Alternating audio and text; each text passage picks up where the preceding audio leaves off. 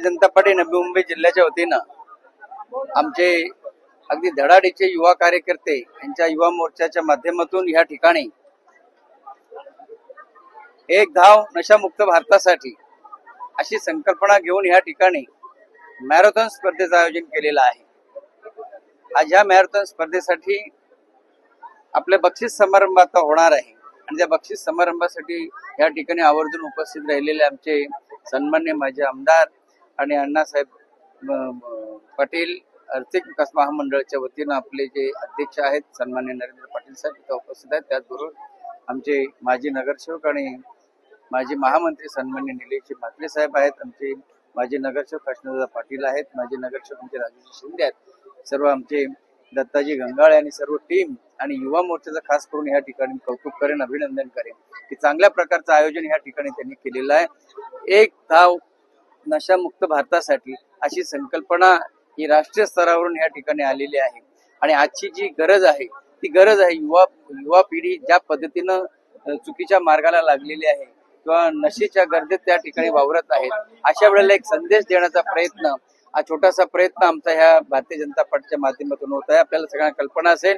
की आपले हे सेवा पंधरवडा म्हणून आपण साजरा करतोय, कारण आपले लाडके पंतप्रधान नरेंद्र मोदीजी यांचा वाढदिवस 17 सप्टेंबर रोजी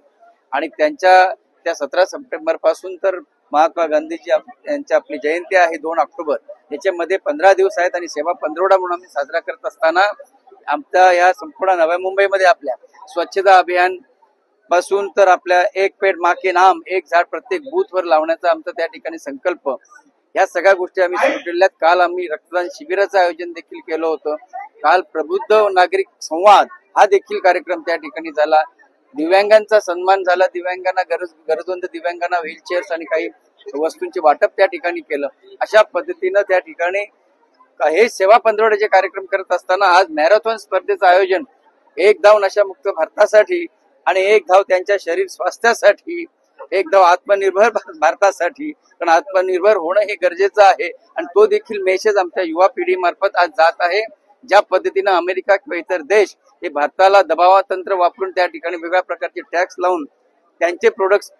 लावल्यानंतर कशा पद्धतीनं भारत आर्थिक विवंचनेमध्ये जाईल, अशा पद्धतीची प्रेशर टॅक्स वापरणाऱ्या ह्या सगळ्या आजूबाजूच्या देशांना स्वदेशीचे त्या ठिकाणी माल कशा पद्धतीनं आपल्या या ठिकाणी वापरता येईल, स्वदेशी त्या अनेक जिल्ह्यांमध्ये वेगवेगळे उत्पादनं त्या ठिकाणी तयार होतात आणि त्या उत्पादनांच्या माध्यमातून जर स्वदेशीचा स्वीकार जर आपण या ठिकाणी केला तर निश्चितपणे त्या ठिकाणी आत्मनिर्भर भारताची संकल्पना ही आपले लाडके पंतप्रधान नरेंद्र मोदीजींची आहेत, या ठिकाणी यशस्वी होईल आणि हाच मेसेज या ठिकाणी देण्याचा देखील आमचा प्रयत्न। अशा पद्धतीनं चांगल्या प्रकारे आयोजन युवा मोर्चाच्या टीमने आमच्या या ठिकाणी केलेलं आहे। मी सगळ्यांचं मनापासून कौतुक करतो आणि भाग घेतलेल्या सर्व स्पर्धकांचं त्यांना मी दाद देतो, कारण त्यांचं मनापासून कौतुक करतो। ज्येष्ठ नागरिकांपासून तर काही